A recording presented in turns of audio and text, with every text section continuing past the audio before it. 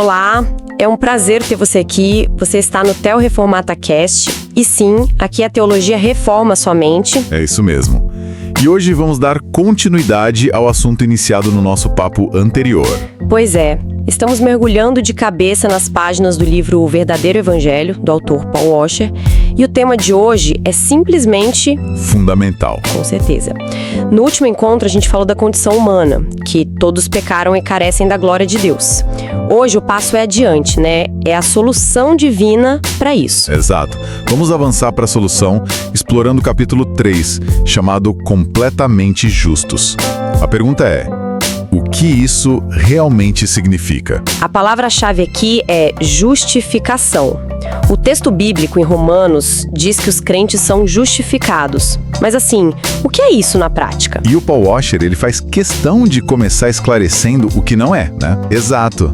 E isso é muito importante. Primeiro, ser justificado não significa que Deus simplesmente nos trata como se a gente nunca tivesse pecado. Tipo, finge que não aconteceu. Isso. E também não significa que no momento em que cremos, a gente se torna uma pessoa perfeita que nunca mais peca. Se fosse assim, a nossa experiência diária já desmentiria tudo, não é mesmo? Com certeza.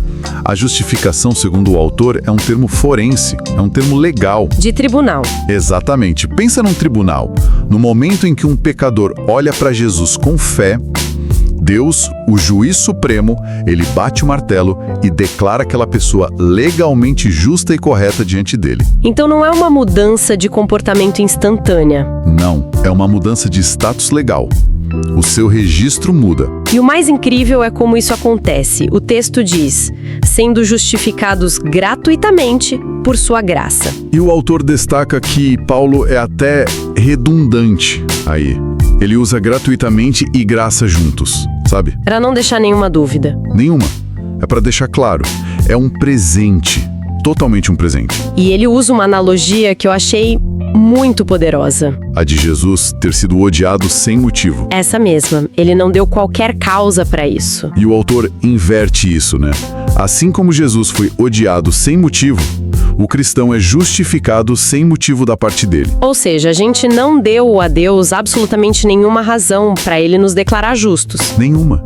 É como o autor diz, de uma forma bem direta. Deus não nos justifica por causa de nós, mas apesar de nós. Uau! Isso vira de cabeça para baixo a lógica de quase todas as religiões do mundo, né? Totalmente. A pergunta que todas tentam responder é: como um ser humano pode ser justo diante de Deus? E a resposta é quase sempre baseada em mérito, em sacrifícios, em boas obras. Sempre. E para ilustrar essa diferença, o livro conta uma história ótima. Um repórter entrevista 3 homens. Um judeu ortodoxo, um muçulmano e um cristão verdadeiro. E ele pergunta a cada um, se você morresse agora, para onde iria? E a resposta do judeu e do muçulmano é tipo assim, exatamente o que a gente está falando. Eles dizem que iriam para o paraíso por causa das boas obras, por amarem a lei ou ao Corão, por suas peregrinações, orações, esmolas. Em outras palavras, eu mereço ir para o céu. Exato. Eu fiz por onde? Mas aí vem a resposta do cristão, que choca o repórter. Ele diz: eu deveria ir para o céu porque, bem, nasci em pecado, quebrei todas as leis de Deus, sou completamente injusto, sem mérito ou valor, e mereço um mais profundo julgamento. E o repórter fica totalmente confuso.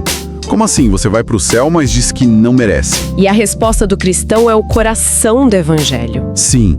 Ele diz, porque eu vou para o céu baseado no mérito e no valor de outro, Jesus Cristo, meu Senhor. E a pergunta que o autor deixa no ar é: qual dessas respostas glorifica a Deus e não ao homem? É muito forte. É muito forte. E essa salvação, ela teve um custo, né? Sim. A Bíblia usa a palavra redenção. Redimir, que era o termo usado para comprar um escravo, pagar um preço por ele. E o preço pago por nós não foi ouro ou prata, foi o sangue do Filho unigênito de Deus.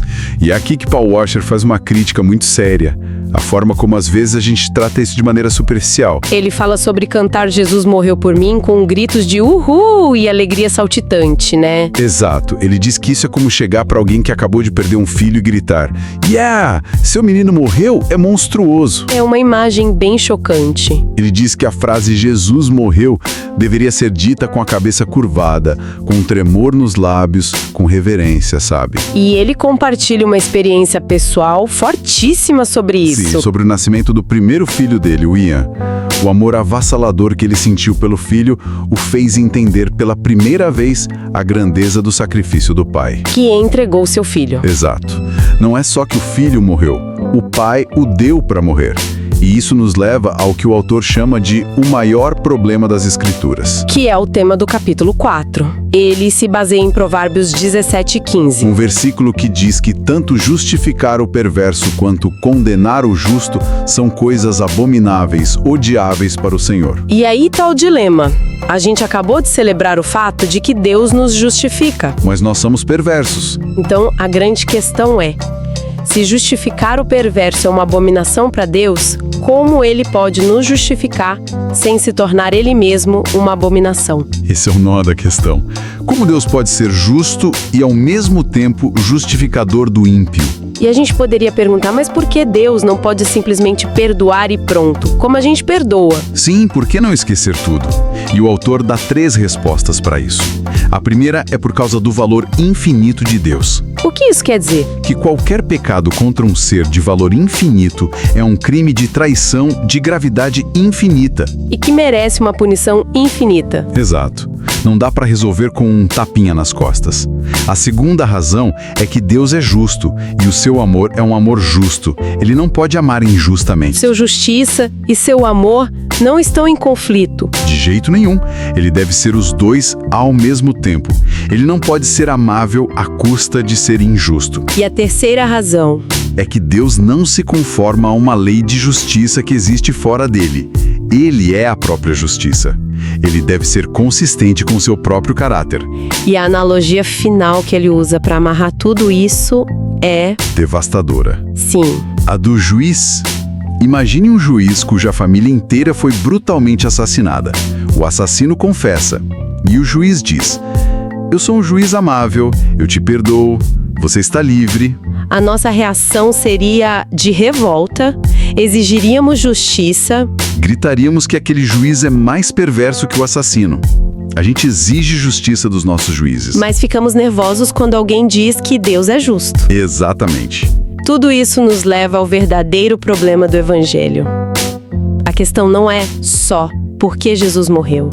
A pergunta mais profunda é: por que o pecado é um problema? E a resposta é: porque Deus é um Deus justo e o juiz de toda a terra. Ele não pode simplesmente olhar para o pecado e libertar o pecador, senão ele seria tão perverso quanto aquele juiz da história. E assim, o livro nos deixa com o maior dilema de toda a Bíblia.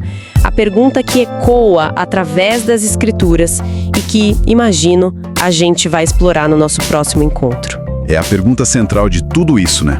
A pergunta é: como pode Deus justificar um homem perverso e continuar sendo justo? E com essa pergunta provocadora, a gente encerra por hoje. Para não perder a resposta e acompanhar toda a nossa série sobre este e outros livros, confira nossas playlists. E claro, não se esqueça de se inscrever no canal e ativar o sininho para receber as notificações de novos conteúdos. Se houve interesse pelo livro O Verdadeiro Evangelho, recomendamos muito a aquisição. É possível usar o nosso link de afiliado que está aqui na descrição. Assim, quem nos acompanha também ajuda este projeto a continuar. Muito obrigada pela sua companhia. Até a próxima.